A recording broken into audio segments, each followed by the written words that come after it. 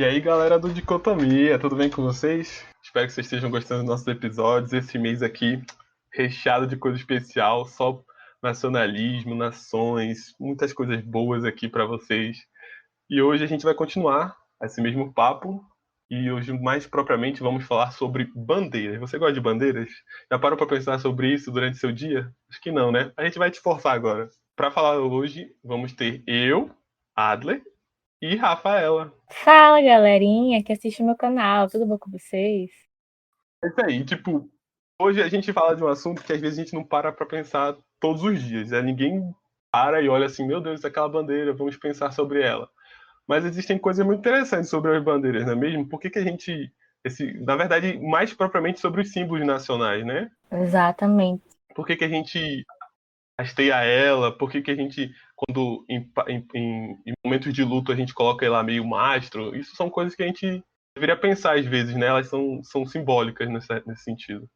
Isso, e na verdade nós estamos rodeados por símbolos nacionais, né? Mas a bandeira, eu acho assim, eu vejo como se fosse o principal deles, né?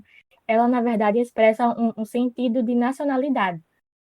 Ela dá corpo, ela dá uma concretude, ela materializa algo que é subjetivo, né? Ela faz isso, torna visível o sentimento nacional que une todo um povo em torno de uma só nação.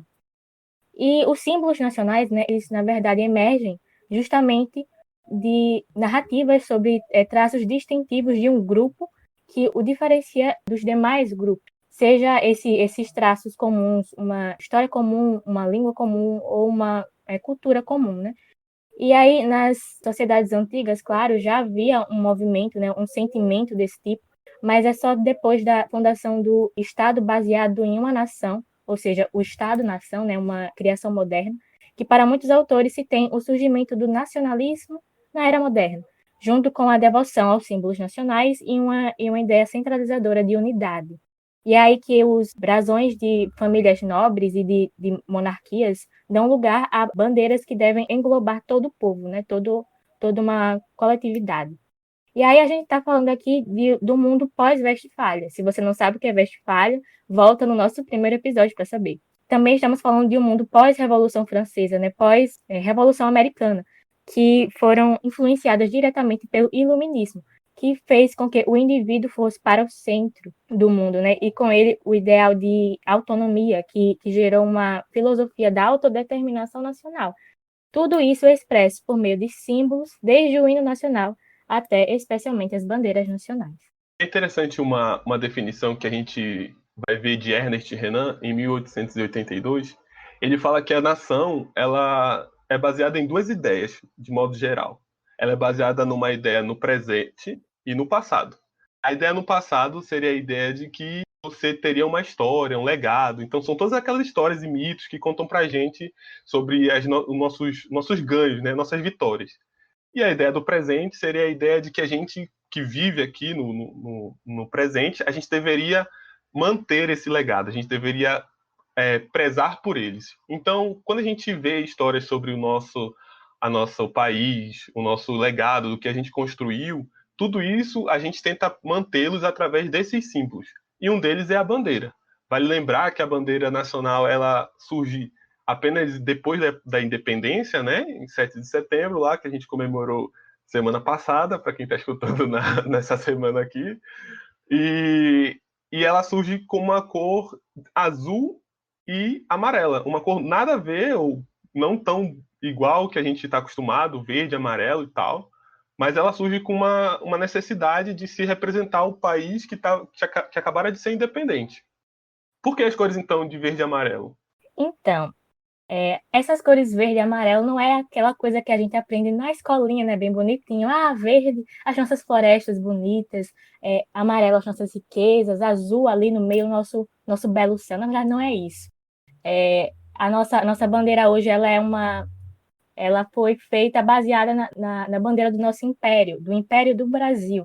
Então, o verde, na verdade, o verde e o amarelo são os símbolos dos brasões das famílias de Dom Pedro, se não me engano, e de sua esposa Leopoldina.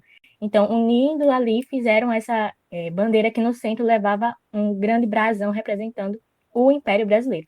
com a República, né, fizeram o quê? Só fizeram tirar ali o meinho, mas o resto deixaram igualzinho.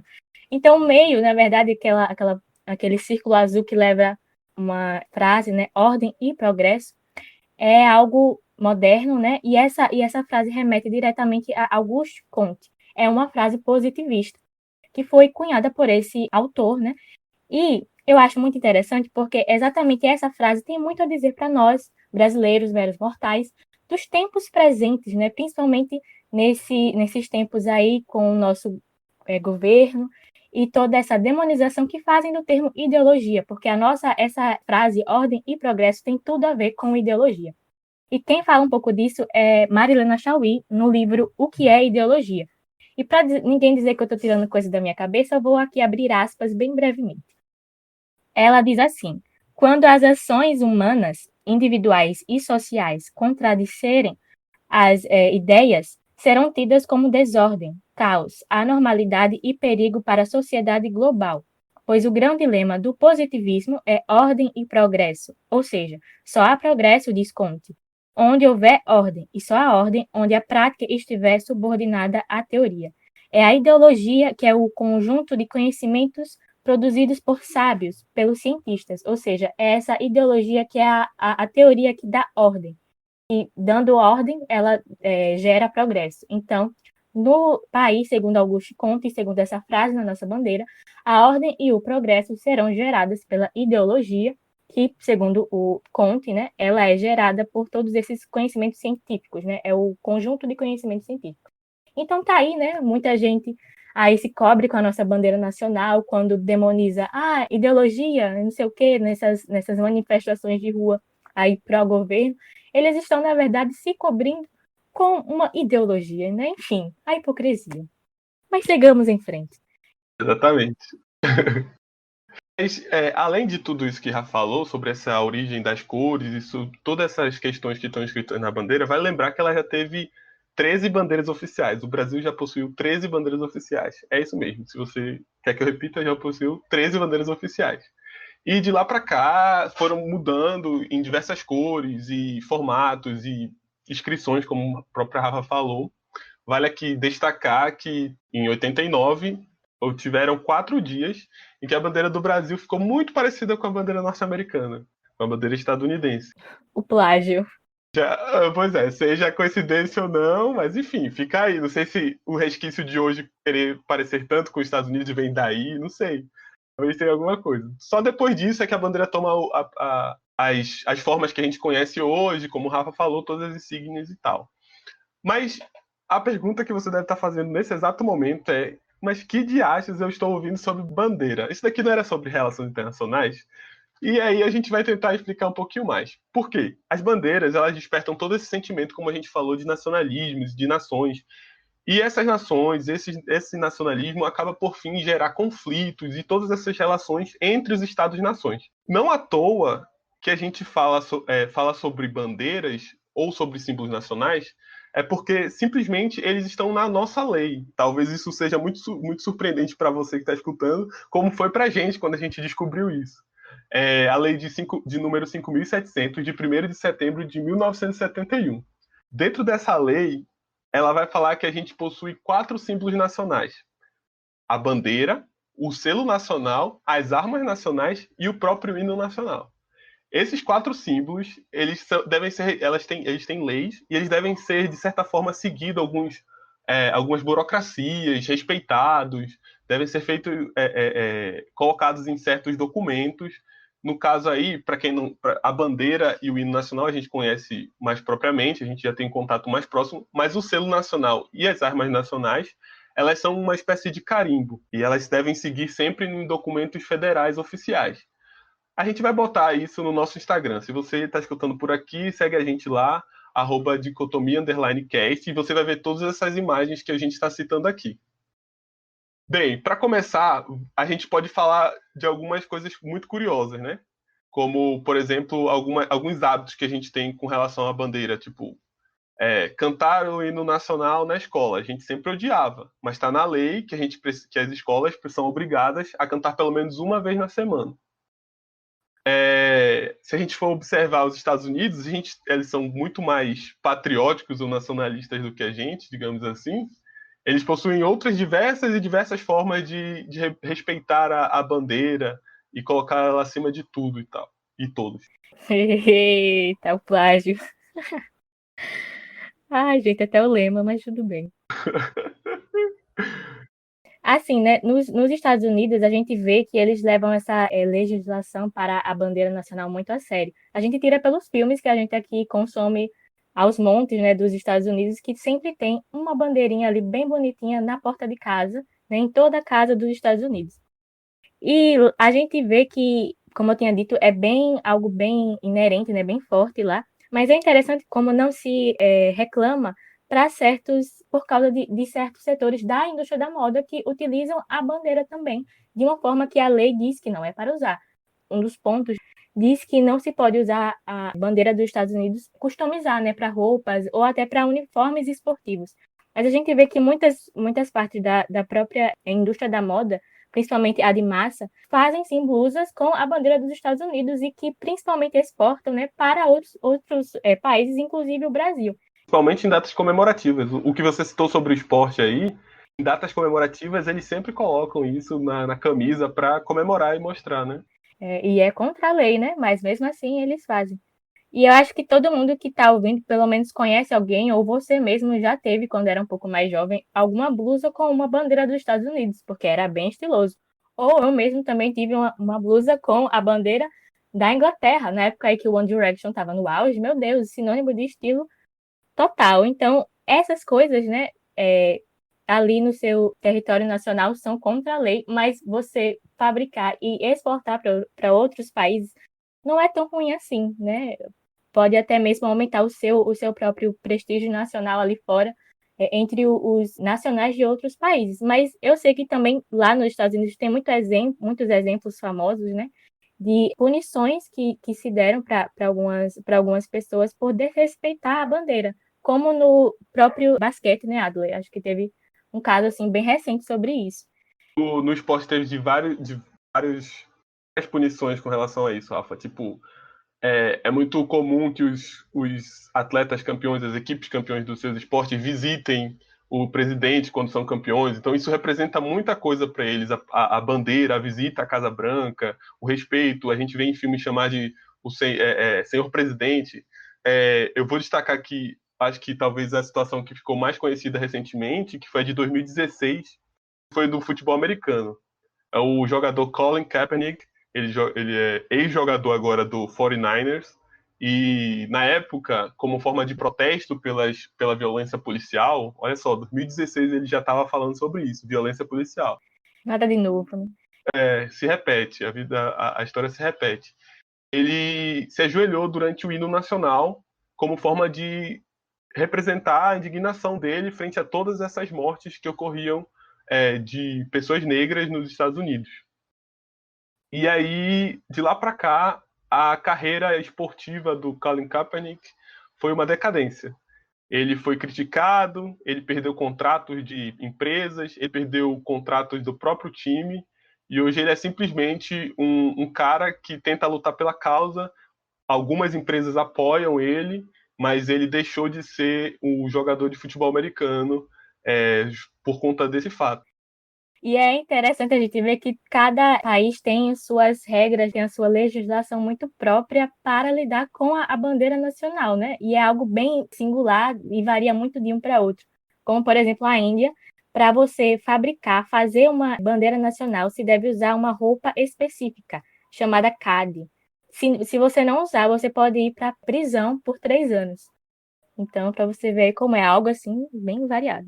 Isso surpreende, mas ao mesmo tempo a gente acha que é errado a gente achar que isso só existe lá fora, nos Estados Unidos ou em países periféricos. Sim, sim. Isso que existe no Brasil também, gente. Isso aqui tem leis e tem artigos sobre isso.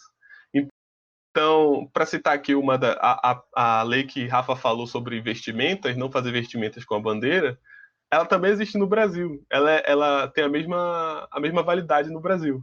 Uma outra lei aqui que eu posso falar aqui, citar para vocês, é o artigo 33, que ele diz que nenhuma bandeira de outra nação pode ser usada no país sem que esteja ao seu lado direito, de igual tamanho e em posição de realce, a bandeira nacional.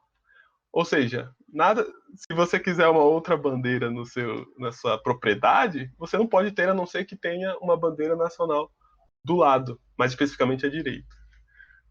A gente pode citar também o fato de que bandeiras em mau estado de conservação, elas devem ser levadas a uma unidade militar e elas são incineradas através de uma cerimônia no dia da bandeira. Então, isso para quem tiver mais curiosidade, como eu falei, é a lei número 5.700, de 1º de setembro de 71. É uma série de regras e fatos sobre bandeira, selos nacionais sobre o hino nacional. Bem doido, bem doido. E é muito interessante a gente ver que sempre na história da humanidade, essas bandeiras, os símbolos nacionais, foram muito determinantes em alguns momentos. Como, por exemplo, Hitler, o próprio Hitler, em um de seus livros, né, Minha Luta, ele disse que a Alemanha perdeu a guerra parcialmente porque a Inglaterra tinha um design gráfico em seus símbolos, em suas bandeiras, e uma propaganda melhor que a Alemanha. E aí, segundo ele, um bom emblema, um bom símbolo, seria a primeira causa para acordar, despertar o interesse de um movimento político. Então, a bandeira nazista era sinal de união e reerguimento para alguns alemães, né, para a maioria do povo alemão, mas também era sinal de morte para os judeus. Então, a gente vê como a bandeira, ela une, mas ela também divide, né? E aí, hoje, a bandeira nazista, ela é estritamente proibida, sob aí risco de cometer crime, né, ser punido e tal. E é algo que a gente vê até hoje, né? Porque são em tempos de crise, né? Principalmente crise econômica, que há uma crise de identidade, que abre aí um bom passo para partidos e grupos aí nacionalistas que no seu discurso utilizam fortemente os símbolos nacionais para embasar suas tantas narrativas. Os símbolos nacionais, eles são esse reflexo de um sentido de nacionalidade, mas também são reflexo de diferentes sentidos políticos que podem ser aí bem instrumentalizados, de acordo com o seu contexto histórico. E aí podem ser enviesados, né, instrumentalizados, utilizados por diferentes narrativas políticas. E é o que a gente vê hoje em dia, né, não só aqui no nosso país, mas também a nível mundial, né, com uma direita nacionalista em várias partes do mundo, que se utilizam dos símbolos nacionais nos seus discursos. E esses movimentos como que se apropriam de símbolos nacionais e entram em choque não com inimigos e opositores estrangeiros, né, externos, mas com quem está dentro do seu próprio país. E aqui no nosso país, nós temos aí o bolsonarismo, que por aqui ele se apropria em suas manifestações, principalmente de rua, da nossa bandeira nacional, também da camisa da seleção brasileira e de outros símbolos, né, o próprio hino, como coisas que os distinguem, né, diferenciam do resto da nação brasileira. E é muito estranho, porque esses tantos movimentos, eles se utilizam do símbolo nacional, do símbolo coletivo, para se individualizar, né, para se distinguir do resto da nação.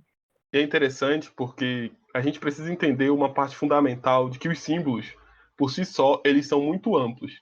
Então, eles passam mensagens diversas, a depender de quem o observa, a depender de quem o interpreta. Então, e isso não é negativo para quem utiliza os símbolos. Talvez por isso o motivo de se utilizar símbolos.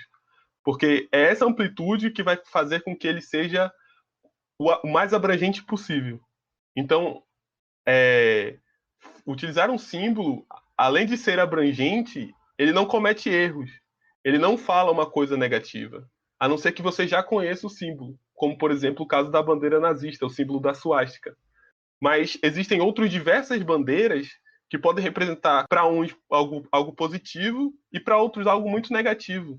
A gente vale lembrar que teve manifestações recentemente que foi usada a bandeira revolucionária ucraniana e ela foi cheia de debate porque não se sabia o que ela de fato queria representar. E esse é um ponto forte dos símbolos. Esse é um dos motivos porque ele é utilizado como ferramenta. Ele, inclusive, protege quem está cometendo esse tipo de crime, esse tipo de ato que a gente poderia dizer ilegal ou minimamente, como é que eu posso falar? Agressivo, né? Exatamente, agressivo. Obrigado, Rafa. Minimamente agressivo. Então, Símbolos, eles, além de serem muito amplos, ele esconde quem usa, né? Então, utilizar uma camisa da seleção brasileira diz muito sobre quem usa. Ou não. E aí? Depende. Complexo. É muito complexo. Complexo, é complexo. Mas o que eu quero dizer aqui é que a gente não deve dividir o país ou não deve se acovardar de usar símbolos que outras pessoas se apropriaram. A camisa da seleção brasileira não pertence a nenhum partido, não pertence a nenhum governador, nenhum presidente, não pertence a ninguém. E nem a bandeira nacional, né? E nem a bandeira nacional, exatamente. Ela deveria pertencer somente ao povo brasileiro. A representação da ideia do povo brasileiro de modo geral e amplo. E é muito estranho, assim, porque além da nossa própria bandeira, a gente vê em muitas dessas manifestações hoje, bandeira dos Estados Unidos, bandeira de Israel e a própria bandeira da Ucrânia, né? E ali quer dizer alguma coisa, né? Perde muitas vezes o sentido, mas que de alguma forma ali eles usam para enaltecer a própria ideia que eles têm de uma nação brasileira e que essa ideia ela automaticamente exclui quem ali pensa diferente, quem ali não concorda, enfim, né? Não diz respeito a uma coletividade, pelo contrário, eu acho que diz muito mais respeito a uma exclusividade do que a própria coletividade do que é Brasil. Mas isso aí é complexo, né? Estamos ainda vivendo esse momento. As bandeiras, ao mesmo tempo que elas unem as pessoas, elas também separam, né? Mas a gente tem hoje, por exemplo, aqui no nosso querido grande país Brasil, uma provável criação de uma bandeira do SUS, do Sistema Único de Saúde Brasileiro, como um símbolo nacional, como um patrimônio do povo brasileiro. Defenda o SUS, gente. Está aí, né, em debate, né, o SUS que aí está tão sucateado, mas que vai se tornar uma bandeira, vai ser eternizado em nossos corações e nossa história como uma bandeira, né? E isso aí diz muito sobre esse momento que a gente está vivendo, né? Algo que está sendo tão sucateado vai se eternizar em uma bandeira como um patrimônio do povo brasileiro. Isso aí também acho que abre para uma outra discussão. Mas também a gente tem algo muito interessante que muita gente não sabe que existe, que é a bandeira da Terra. Existe uma bandeira da Terra, pois é. E ela foi criada para que a gente pudesse celebrar mais a nossa humanidade do que a nossa nacionalidade.